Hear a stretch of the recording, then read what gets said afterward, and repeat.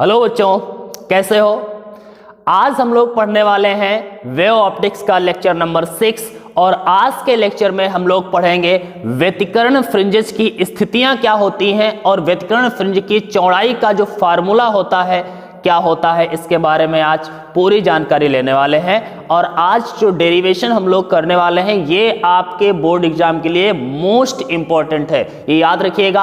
आप इसे अच्छे से एक तरीके से रट लेना, ठीक है। किसी प्रकार से मैं आपको फीलिंग के साथ में समझाने वाला हूं, तो आज की क्लास में आपको मजा भी आएगा, आपको अच्छा भी लगेगा, आप समझेंगे तो, ठीक है। तो आज के लिए रेडी हो जाइए और फिजिक्स को फील करके हमेशा पढ़ने का प्रयास करिएगा। इमेजिनेशन पावर को अपना स्ट्रांग करिएगा, क्योंकि फिजिक्स ही इमेजिनेशन पावर पर डिपेंड है। जितना आपका इमेजिनेशन पावर स्ट्रांग होगा उतनी ही आपको फिजिक्स अच्छी लगेगी और आपको फिजिक्स से प्यार हो जाएगा। तो चलो आज की क्लास को स्टार्ट करते हैं। लेकिन क्लास को स्टार्ट करने से पहले मैं जरूर कहूंगा कि अगर आप पहली बार हमारे चैनल पर आए हैं तो इस चैनल को सब्सक्राइब कर लीजिए, या फिर अभी तक नहीं सब्सक्राइब किया है तो सब्सक्राइब कर लीजिए और बेल आइकन को जरूर प्रेस करिए, जिससे आपको आगे आने वाले वीडियोस का नोटिफिकेशन मिलता रहे और आप यहां पर अच्छे से पढ़ाई कर सकें। और अपने दोस्तों को भी इस चैनल के बारे में बताइए, वो भी यहां पर आकर के इस प्रकार से अच्छे से यहां पर पढ़ाई कर सकते हैं, ठीक है। तो इस वीडियो को शेयर भी करिएगा और लाइक भी करिएगा अगर पसंद आए। चलो आज की क्लास को शुरू करते हैं और आज की क्लास में हम लोग पढ़ते हैं व्यतिकरण फ्रिंज की चौड़ाई का सूत्र और उससे पहले व्यतिकरण फ्रिंज की स्थिति का सूत्र, ठीक है। तो आखिर व्यतिकरण फ्रिंज की स्थिति का मतलब क्या है ये जरा हम समझ लेते हैं और उसके बाद में हम देखते हैं कि आखिर इनकी चौड़ाई का भी सूत्र क्या है, ठीक है। तो पूरी डिस्कस करने वाले हैं। अगर आपको कोई प्रॉब्लम हो तो हमें इंस्टा आईडी पर मिल सकते हैं, इंस्टाग्राम पर। इंस्टा आईडी हमारी नीचे आपको शो हो रही होगी, आप हमें फॉलो करके वहां पर क्वेश्चन भी पूछ सकते हैं, ठीक है। तो चलो शुरू करते हैं। व्यतिकरण फ्रिंज की स्थितियां एवं चौड़ाई का फार्मूला क्या होता है, कैसे इसे डेरिवेट कर सकते हैं, ठीक है। तो कल वाला लेक्चर अगर आपने नहीं देखा है तो आपको ये मुश्किल से ही समझ में आएगा, लेकिन अगर आपने प्रीवियस लेक्चर देखा है, वेव ऑप्टिक्स 05 देखा है, तो आपको ये समझ में आना चाहिए। देखिए याद रखिएगा, आप सीरियल से अगर वीडियोस देख रहे हैं तो तभी ये आपको समझ में आने वाला है, अदरवाइज आपके ऊपर से निकल सकता है, ठीक है। तो जरूरी है कि आप सीरियल से पर डे हमारे वीडियोस को देखते रहें, जिससे आपको अच्छे से हर टॉपिक समझ में आए और आप अच्छा स्कोर कर सकें अपने एग्जाम में, ठीक है। तो चलो अगर आपने वीडियो नहीं देखे पिछले तो देख लीजिए, जरा ध्यान से देखिएगा। हम यहां पर फ्रिंज की स्थितियां या फिर चौड़ाई को समझने के लिए कुछ बातें जरूरी हैं जो आपको पहले से पता होनी चाहिए। पिछले वाले लेक्चर्स में ऑलरेडी मैंने बताई हैं कि व्यतिकरण जो होता है वो दो प्रकार का, समपोषी व्यतिकरण और विनाशी व्यतिकरण या फिर विषमपोषी व्यतिकरण मैंने बताया है, दो प्रकार का होता है। इन समपोषी और विनाशी व्यतिकरण के लिए हमने पथांतर और कलांतर भी बताए थे किस टाइप के होते हैं। अगर हम बात करें समपोषी व्यतिकरण की, तो समपोषी व्यतिकरण में आप बताएंगे समपोषी व्यतिकरण के लिए हमें पता है कि पथांतर क्या होता है, आप बताएंगे। पथांतर जिसे हम बोलते हैं पाथ डिफरेंस, पथांतर क्या होता है। तो समपोषी व्यतिकरण के लिए पथांतर होता है या तो आपका 0 हो, या तो लैम्डा हो, या तो 2 लैम्डा हो, या तो 3 लैम्डा हो, डॉट डॉट डॉट, इस टाइप का होता है। मतलब समपोषी व्यतिकरण के लिए पथांतर जो होता है, जिसे हम डेल्टा एक्स से लिखते हैं, वो n लैम्डा होता है, ठीक है। ये आपको पता होना चाहिए कि समपोषी व्यतिकरण के लिए पथांतर जो होता है वो n लैम्डा होता है, ठीक है। अब आगे विषमपोषी व्यतिकरण जिसे हम विनाशी व्यतिकरण कहते हैं, तो विषमपोषी व्यतिकरण के लिए आप बताएंगे पथांतर कैसा होता है। तो विषमपोषी व्यतिकरण के लिए जो पथांतर होता है, विषमपोषी व्यतिकरण के लिए जो पथांतर होता है वो या तो λ/2 होता है, पता है ना, या तो 3 λ/2 होता है, या तो 5 λ/2 होता है। इस तरह का पथांतर होता है। इसका मतलब ये हुआ कि आपका पथांतर n-1/2 लैम्डा के रूप का होता है, जिसे हम डेल्टा एक्स कहते हैं, ठीक है। तो ये याद रखिएगा, जब भी हम समपोषी व्यतिकरण के पथांतर की बात करेंगे तो n लैम्डा, विषमपोषी व्यतिकरण के पथांतर की बात करेंगे तो n-1/2 लैम्डा। ओके, तो संपोष अगर इस प्रकार का पथांतर आ रहा है, पथांतर 0 आ जाए, पथांतर लैम्डा आ जाए, पथांतर 2 लैम्डा आ जाए, पथांतर 3 लैम्डा आ जाए, तो ऐसी स्थिति में हमेशा याद रखना संपोषी व्यतिकरण होगा। और अगर पथांतर इस टाइप का आ जाए, λ/2 आए, 3 λ/2 आए, 5 λ/2 आए, तो इस प्रकार की स्थिति में हमेशा विषमपोषी व्यतिकरण हो रहा होगा। ये आपको दिमाग में सेट करना है। अगर दिमाग में सेट नहीं है तो भैया समझ में नहीं आने वाला, ठीक है। और बहुत ही इंपॉर्टेंट डेरिवेशन आज हम करने जा रहे हैं, तो बहुत जरूरी है आपको ये समझना और अपने दिमाग में सेट करना, ठीक है। बहुत ही इंपॉर्टेंट है, वीडियो को बिल्कुल भी स्किप नहीं कर सकते आप। और इंस्टाग्राम पर फॉलो कर लीजिए, फिर हम बात करते हैं आपसे, ठीक है। बात करने का मतलब है यार, अगर कोई क्वेश्चन है तो आप हमसे पूछ सकते हैं, तो मैं उसका रिप्लाई दूंगा, ठीक है।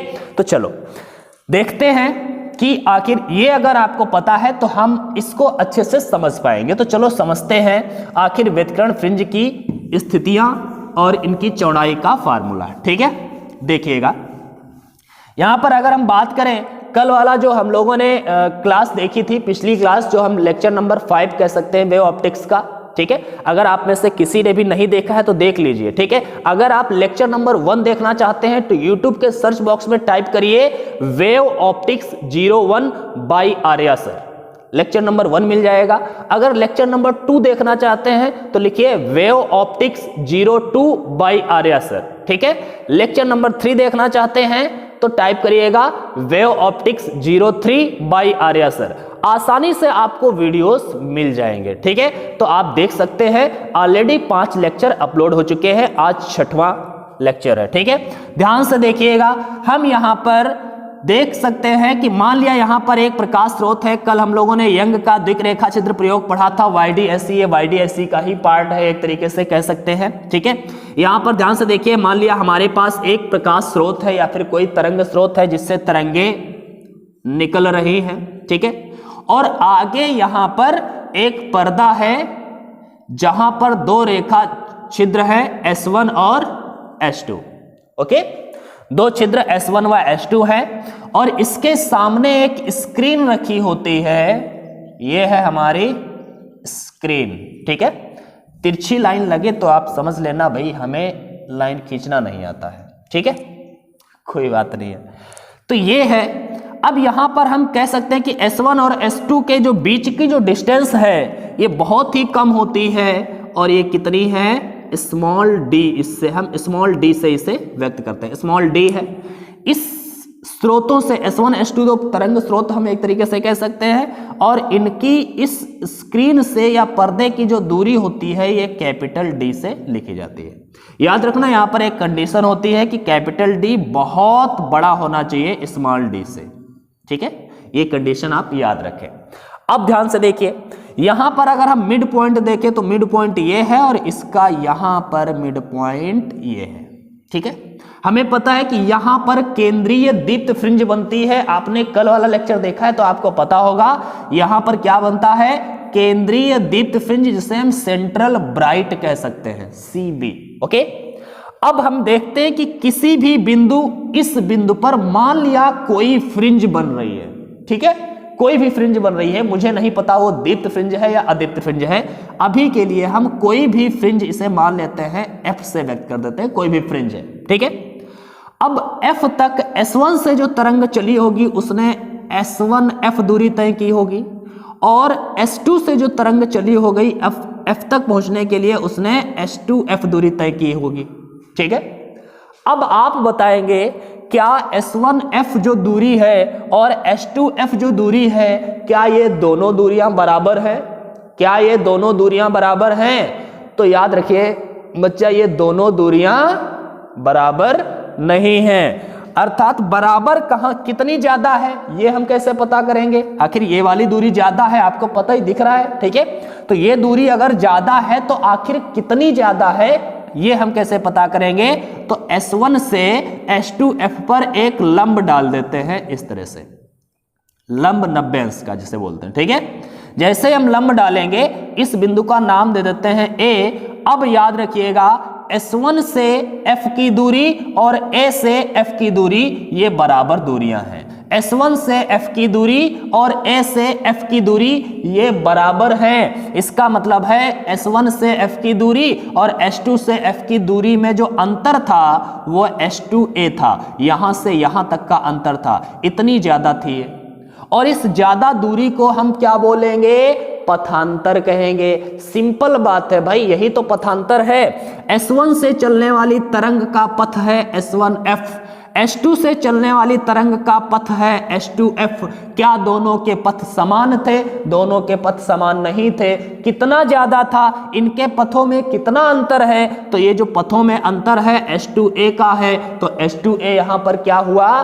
पथांतर हुआ। क्या हुआ? पथांतर हुआ। इसका मतलब है यहां पर हम लिख सकते हैं S2A पथांतर है, पथांतर है। बात क्लियर है ना? हर बात को आप फील के साथ में पढ़ना, आपको बिल्कुल समझ में आएगा। ठीक है, अब यहां पर ध्यान से देखिए, मैं क्या करता हूं, एक यहां पर मिड पॉइंट है मान लिया, और यहां से एक ये लाइन जोड़ देता हूं। ठीक है, और मान लिया मिड पॉइंट से ये जो फ्रिंज बन रही है वो थीटा अंश के कोण पर बन रही है।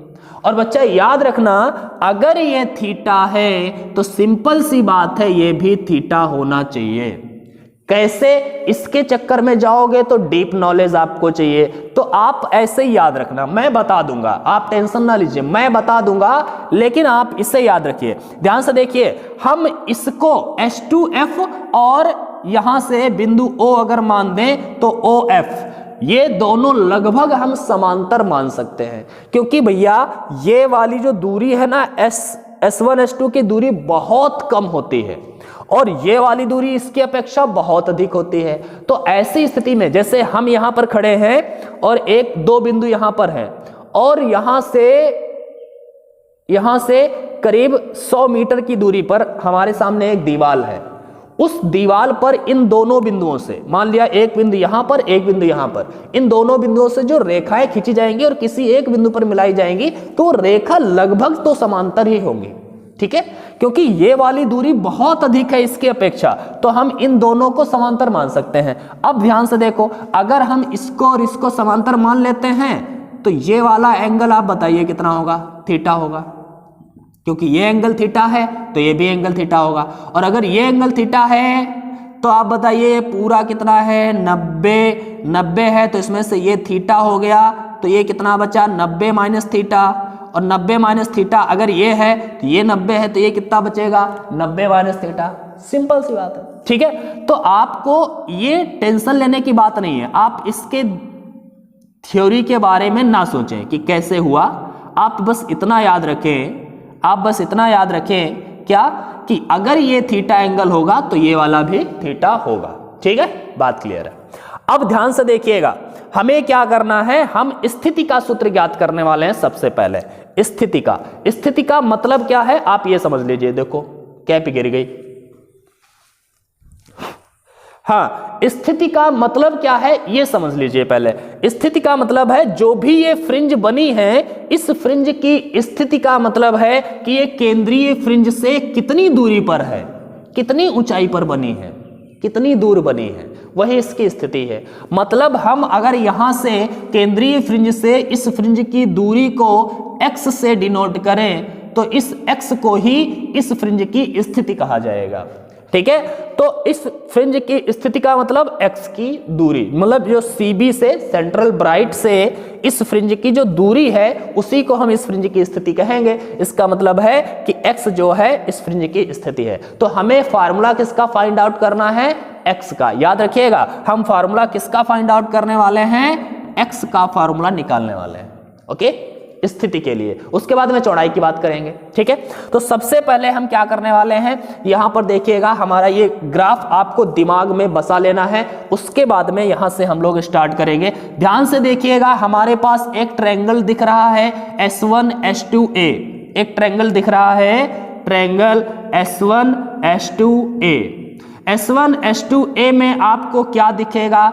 आप देखेंगे कि S1 S2A में भैया S1 S2A इस प्रकार का ट्रायंगल है, कुछ है, यहां पे 90 अंश का कोण है, 90 अंश के कोण के सामने भुजा कर्ण होती है, तो इसका मतलब S1 S2 यहाँ पर कर्ण है, और ये एंगल है, एंगल के सामने वाला हमेशा लंब होता है, तो ये लंब है। कर्ण और लंब अगर त्रिकोणमिति का कोई भी अनुपात उठाएं और लंब और कर्ण वाला अनुपात उठाएं तो यहाँ पर क्या होगा, साइन थीटा। तो हम क्या करेंगे, ट्रायंगल S1 S2A में साइन थीटा का इस्तेमाल करेंगे। साइन थीटा इक्वल टू लंब बटे कर्ण होता है, आपको पता होना चाहिए, परपेंडिकुलर अपॉन हाइपोटेनस। देखिए अब ध्यान से देखिए, परपेंडिकुलर क्या है, लंब क्या है, यहाँ पर S2A है, तो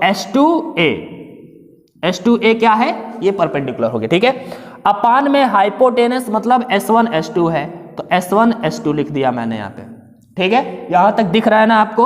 अब यहां पर जरा ध्यान से देखिए, ठीक है, फील करिएगा आप। यहां पर हम क्या कर सकते हैं, एस साइन थीटा को साइन थीटा आप लिख सकते हैं, ऐसे ही लिखिए। S2A आपको पता नहीं है, लेकिन ये पथांतर है, हमें ये पता है, तो S2A को ऐसे लिखिए आप, और S1 S2 कितनी है, D है, स्मॉल d इसको व्यक्त कर रहे हैं। S1 S2 की लंबाई क्या है, D, दूरी, ये D होगी, ठीक है। D को अगर हम इधर कर दें तो S2A बराबर में हो जाएगा D साइन थीटा। याद रखिए S2A बराबर में क्या हो गया, ये वाली लंबाई क्या हो गई, D साइन थीटा।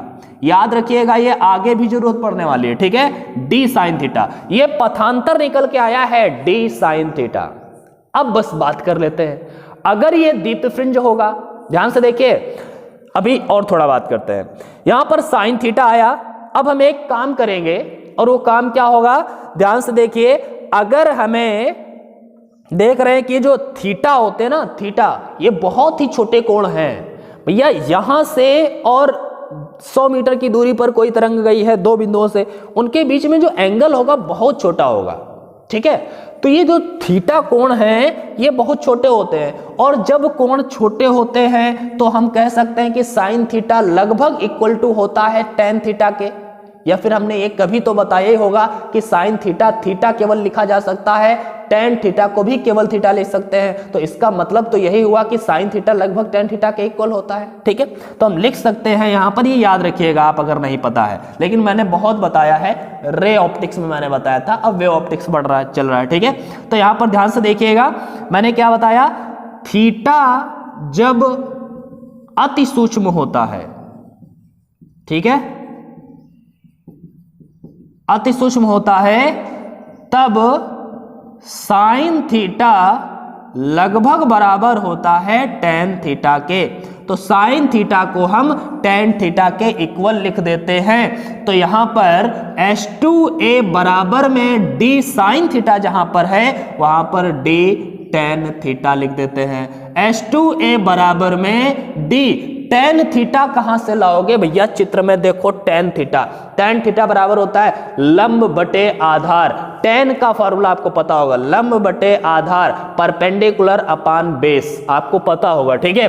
तो लंब यहां पर इस वाले त्रिभुज की बात करें, OCB और F, इस वाले त्रिभुज में टेन थीटा अगर निकाले, टेन थीटा बराबर लंब बटे आधार, टेन थीटा बराबर लंब बटे आधार। लंब क्या है, लंब क्या है, x, लंब क्या है, x अपान आधार, आधार ये है, यहां से यहां तक की दूरी क्या है, d, तो x अपान d।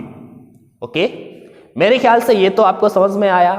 अगर आया तो फिर कोई दिक्कत ही नहीं है। आप क्या करेंगे, आप क्या करेंगे, हमें तो x का फॉर्मूला चाहिए, x का फॉर्मूला चाहिए ना, तो x निकाले, d ऊपर कर दे, ये वाला d नीचे कर दे, x बराबर में क्या आ जाएगा, S2A के इंटू में कैपिटल D ऊपर और स्मॉल d नीचे, ठीक है। तो ये x का सूत्र आया है, ये स्थिति का सूत्र आया है, लेकिन ये स्थिति दीप्त फ्रिंज की है या अदीप्त फ्रिंज की, क्योंकि दीप्त फ्रिंज की स्थिति, ये दीप्त वाली फ्रिंज की स्थिति है या अदीप्त वाली। अब हम देख लेते हैं ये डिपेंड किस पर करता है कि दीप्त फ्रिंज बनेगा या अदीप्त फ्रिंज बनेगा। तो ये तो डिपेंड करता है कलांतर पर, या फिर हम कहते हैं पथांतर पर। अगर पथांतर दीप्त फ्रिंज वाला होगा तो दीप्त फ्रिंज बनेगी, अगर पथांतर अदीप्त फ्रिंज वाला होगा तो अदीप्त फ्रिंज बनेगी। तो अगर हम दीप्त फ्रिंज की बात करें तो पथांतर क्या होगा, n लैम्डा के टाइप का होगा।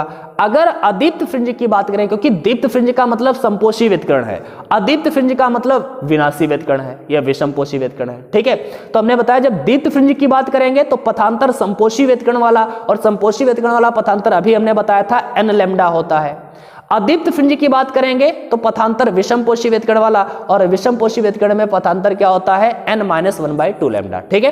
तो अब हम समपोषी व्यतिकरण की स्थिति और विषमपोषी व्यतिकरण की स्थिति अलग अलग लिख देते हैं। समपोषी व्यतिकरण के लिए पहले लिखते हैं पहली कंडीशन यहां पे, ठीक है। फर्स्ट कंडीशन क्या है, समपोषी व्यतिकरण, ओके, के लिए, समपोषी व्यतिकरण के लिए ना लिख करके हम यहां पर दीप्त फ्रिंज के लिए लिखते हैं, दीप्त फ्रिंज की स्थिति के लिए, ठीक है। दीप्त फ्रिंज के लिए,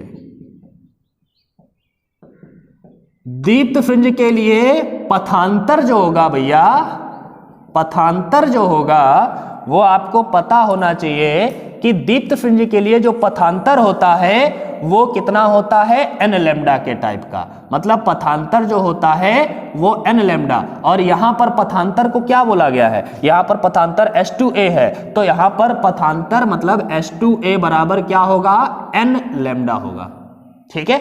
और अगर पथांतर n लैम्डा होगा तो इसलिए स्थिति का सूत्र x बराबर क्या बनेगा, H2A की जगह पर n लैम्डा लिखिए इंटू में d/d, अर्थात x बराबर में n into D lambda upon D. ये फार्मूला है दीप्त फ्रिंज की स्थिति के लिए। दीप्त फ्रिंज की स्थिति के लिए फार्मूला कोई पूछे तो बताएंगे x = n into D lambda upon D, ठीक है। इसी प्रकार अगर हम नंबर 2 अदीप्त फ्रिंज की स्थिति की बात करें, अदीप्त फ्रिंज के लिए, ओके, अदीप्त फ्रिंज के लिए भैया पथांतर क्या होता है, अदीप्त फ्रिंज के लिए पथांतर क्या होता है, तो पथांतर जिसे हम H2A यहां पर बोल रहे हैं वो होता है n-1/2 लैम्डा। मैंने अभी से क्लास स्टार्ट होते ही बताया था, ठीक है। तो यहां पर क्या हो जाएगा, यहां पर इसलिए अदीप्त फ्रिंज की स्थिति की बात करेंगे तो फार्मूला हो जाएगा यही हमारे पास H2A की जगह पर n-1/2 लैम्डा लिखेंगे इंटू में d/d, अर्थात हम कह सकते हैं x बराबर क्या हो जाएगा, x बराबर हो जाएगा हमारे पास n-1/2 into D lambda upon D. ये हो गया अदीप्त फ्रिंज की स्थिति के लिए सूत्र। ये दीप्त फ्रिंज की स्थिति के लिए सूत्र है, ये अदीप्त फ्रिंज की स्थिति के लिए सूत्र है। मेरे ख्याल से आपको समझ में आया होगा, कुछ भी कठिन नहीं है, बहुत सरल है, आराम से आप इमेजिन कर सकते हैं और सीख सकते हैं। मेरे ख्याल से आपको समझ में तो आया होगा। अब हम देखते हैं फ्रिंज की चौड़ाई का सूत्र। दीप्त फ्रिंज की चौड़ाई और अदीप्त फ्रिंज की चौड़ाई, दोनों फ्रिंजों की चौड़ाई के सूत्र हम लोग देखेंगे, ठीक है। तो चलो देखते हैं, लेकिन हम कहना चाहेंगे कि अगर भाई पसंद आता है वीडियो आपको, ठीक है, तो इसे लाइक जरूर करिएगा, अपने दोस्तों के साथ जरूर शेयर करिएगा, ठीक है, क्योंकि वो भी यहां पर आए और अच्छे से पढ़ाई कर सकें, स्टडी कर सकें हमारे साथ, ठीक है। तो चलो आगे बढ़ते हैं, और इंस्टाग्राम पर फॉलो कर लीजिए, आपको दिख रहा होगा इंस्टाग्राम अकाउंट, ठीक है, तो आप वहां पर हमें फॉलो भी कर सकते हैं। चलो अब देखते हैं कि हम अब क्या निकालने वाले हैं। अब हम निकालने वाले हैं आपकी फ्रिंज की चौड़ाई का सूत्र, ठीक है। अगर आप इसका स्क्रीनशॉट लेना चाहते हैं तो ले लीजिए जल्दी से, और फिर हम बढ़ते हैं। तो ले लिया ना, तो अब हम क्या लेने वाले हैं, देखने वाले हैं अदीप्त फ्रिंज और दीप्त फ्रिंज की चौड़ाइयों के सूत्र, ठीक है। तो अब हम इसको जरा मिटाने वाले हैं एक तरीके से, ठीक है, इसको मिटाएंगे और अब आगे की बात हम लोग करते हैं। ध्यान से देखिए, यहां पर इसको मिटा देते हैं, फिर चौड़ाई के सूत्र देखते हैं।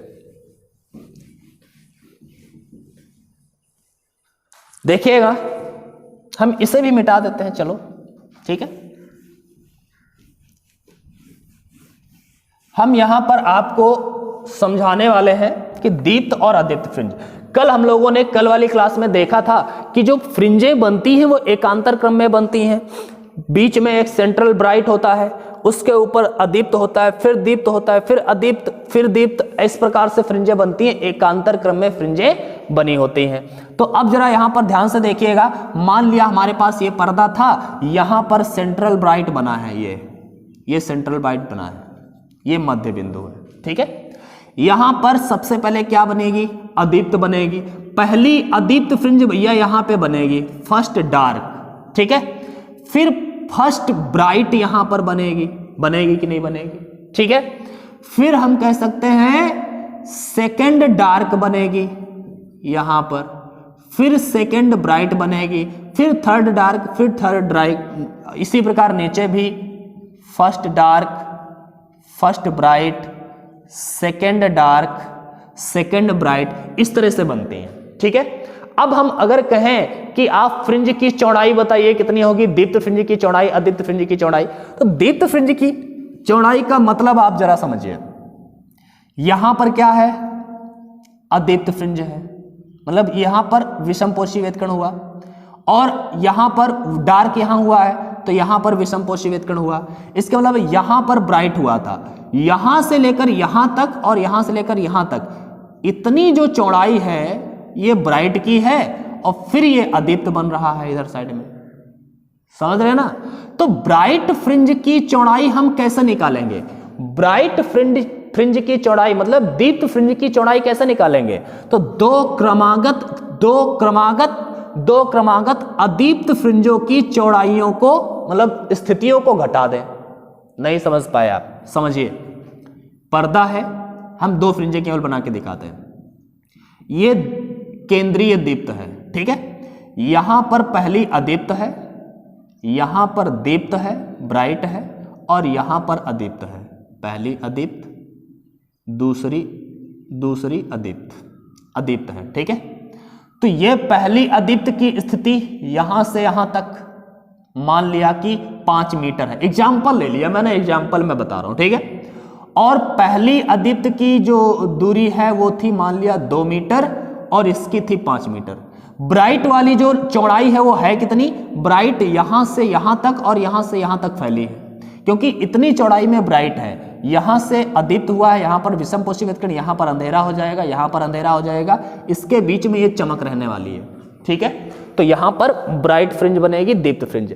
अगर दीप्त फ्रिंज की चौड़ाई निकालना चाहते हैं तो आप कैसे बता सकते हैं, आप बता सकते हैं कि ये 5 है यहां से यहां तक, और यहां से यहां तक 2 है, तो 5 से 2 घटा दीजिए, आप बता देंगे ये 3 मीटर चौड़ाई है।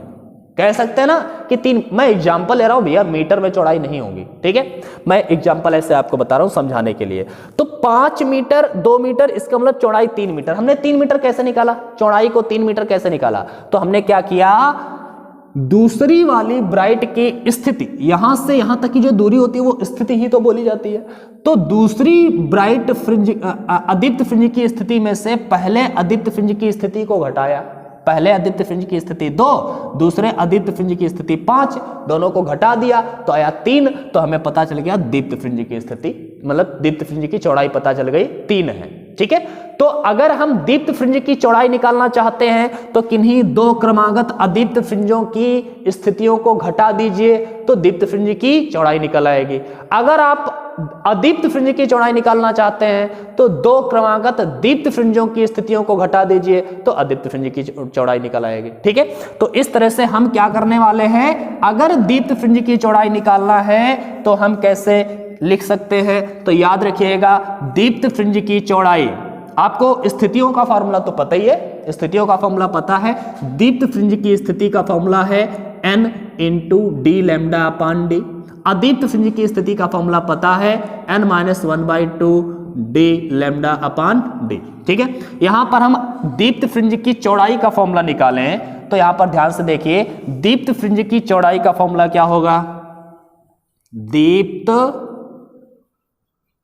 फ्रिंज की चौड़ाई, ठीक है।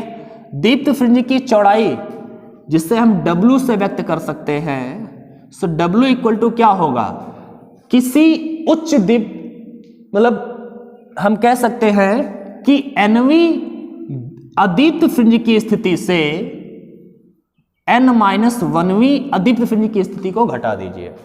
जैसे अभी हमने बताया कि दीप्त फ्रिंज की चौड़ाई अगर निकालना है तो दूसरी दीप्त फ्रिंज की स्थिति से पहली दीप्त फ्रिंज की स्थिति को घटाया था, 5 से 2 घटाया था, तभी तो 3 आया था। दूसरी अदीप्त फ्रिंज की स्थिति से पहली अदीप्त फ्रिंज की स्थिति को घटाया तो हमारी उसकी चौड़ाई निकल के आ गई थी। ठीक है, इसी प्रकार हमने बोला nवीं दीप्त फ्रिंज की स्थिति से n-1वीं दीप्त फ्रिंज की स्थिति को घटाएंगे तो हमें पता चल जाएगा दीप्त फ्रिंज की चौड़ाई कितनी है। ठीक है, तो यहां पर 2 से 1 भी कर सकते हैं, 3 से 2 भी कर सकते हैं, 5 से 4 भी कर सकते हैं, जो भी कर ले। ठीक है, या फिर n से n-1 कर ले, बात वही आने वाली है, सेम आंसर आएगा। ठीक है, तो हम यहां पर क्या करेंगे, ये किसकी चौड़ाइयां हैं, किसकी स्थितियां हैं, अदीप्त फ्रिंजों की स्थिति। जब दीप्त फ्रिंजों की चौड़ाई निकालना हो तो अदीप्त फ्रिंजों की स्थितियों को घटाते हैं, 2 क्रमागत अदीप्त फ्रिंजों की स्थितियों को घटाते हैं। तो यहां पर देखना है कि xn का वैल्यू क्या है, आप देखेंगे xn का मतलब है ये xn ही है। ठीक है, xn ही है, तो यहां पर xn है अगर, तो ये xn है और ये किसका xn लेना है, अदीप्त वाला कि दीप्त वाला। तो दीप्त फ्रिंज की चौड़ाई निकालना है तो अदीप्त फ्रिंज वाले xn लेने हैं, इसका मतलब है n की जगह पर n ही रहना है, n-1/2 into D lambda upon D, ऐसे लिखिए। माइनस करेंगे xn-1, n-1 का मतलब क्या हो जाएगा कि जहां पर n है वहां पर n-1 लिख दीजिए आप बस। ठीक है, तो इसी फार्मूले में n की जगह पर n-1, तो n-1 ये n की जगह पर हो गया और माइनस का 1/2 और लिखा है तो माइनस का 1/2 लिख दीजिए। ठीक है, इनटू में D lambda upon D. Okay, तो ये चौड़ाई का फार्मूला, चौड़ाई मतलब विड्थ, W से व्यक्त करते हैं। ठीक है, कॉमन क्या मिलेगा हमें, D lambda upon D common मिला, बचेगा क्या, डी लैम्डा अपान डी तो कॉमन मिलेगा, इसमें क्या बचेगा n-1/2, इसमें माइनस n अंदर जाएगा, माइनस माइनस प्लस 1 हो जाएगा, माइनस माइनस प्लस 1 हो गया था और माइनस माइनस ये भी प्लस का 1/2 हो जाएगा। अब देखिए यहां पर क्या होगा, यहां पे हमने n छोड़ दिया, n। ठीक है, n-1 यहां से बचा, माइनस का n, माइनस माइनस प्लस का 1 और प्लस का 1/2, यहां पर n माइनस का n प्लस का कैंसिल आउट हो जाएगा, 1/2 कैंसिल आउट हो जाएगा, क्या बचेगा 1। So W equal to D lambda upon D equal to 1 है, तो इसका मतलब है W equal to D lambda upon D, ये हो गया चौड़ाई का सूत्र। और किसकी चौड़ाई का सूत्र, दीप्त फ्रिंज की चौड़ाई का सूत्र, क्योंकि दीप्त फ्रिंज की चौड़ाई के लिए हमने अदीप्त फ्रिंज की स्थितियों को घटाया है, 2 क्रमागत अदीप्त फ्रिंजों की स्थितियों को घटाया है। अब अगर हम बात करें कि अदीप्त फ्रिंज की चौड़ाई का सूत्र बताइए, तो अदीप्त फ्रिंज की चौड़ाई का सूत्र क्या हो जाएगा, अदीप्त फ्रिंज की चौड़ाई W बराबर कैसे निकालेंगे, फार्मूला तो वही रहेगा xn माइनस xn-1।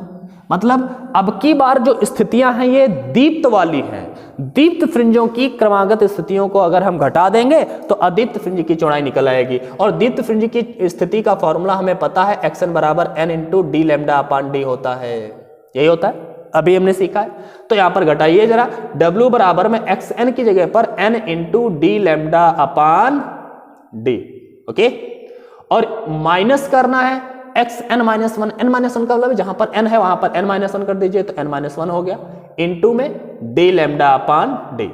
कॉमन ले लीजिए आप, D lambda upon D common, क्या बचेगा, n बचेगा, माइनस का n और माइनस माइनस प्लस का 1 हो जाएगा, n से n कैंसिल आउट, W बराबर में डी लैम्डा अपान में डी।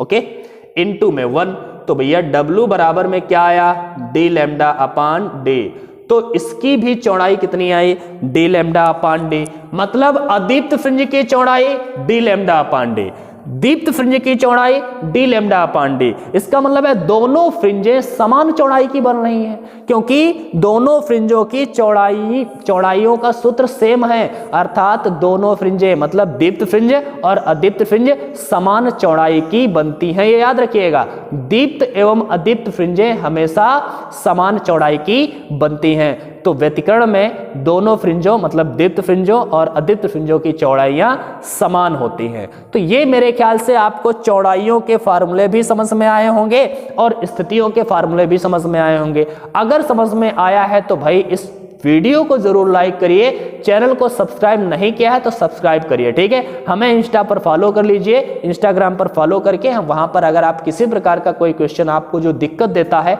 हमसे पूछ सकते हैं, मैं जरूर रिप्लाई देने का प्रयास करूंगा, ठीक है। तो आज की क्लास में बस इतना ही रखते हैं और नेक्स्ट वाली क्लास में हम लोग और इसके आगे की बात लेकर के आएंगे, ठीक है। लेक्चर नंबर 7 आपके लिए बहुत ही इंपॉर्टेंट रहने वाला है, याद रखिए। तो किसी भी लेक्चर को आपको मिस नहीं करना है, क्योंकि आप अगर एक भी लेक्चर मिस कर देंगे तो समझ लो आपका फिर पूरा लेसन आगे का हैंगओवर हो जाएगा, ठीक है। तो आपको क्या करना है कि आपको हर लेक्चर को देखना है, इसलिए जरूरी है कि चैनल को सब्सक्राइब करें और बेल आइकन को जरूर प्रेस करें, जिससे जैसे ही वीडियो अपलोड हो आपके पास नोटिफिकेशन जाए और आपको उसकी जानकारी हो जाए और अच्छे से आप पढ़ाई कर सकें, ठीक है।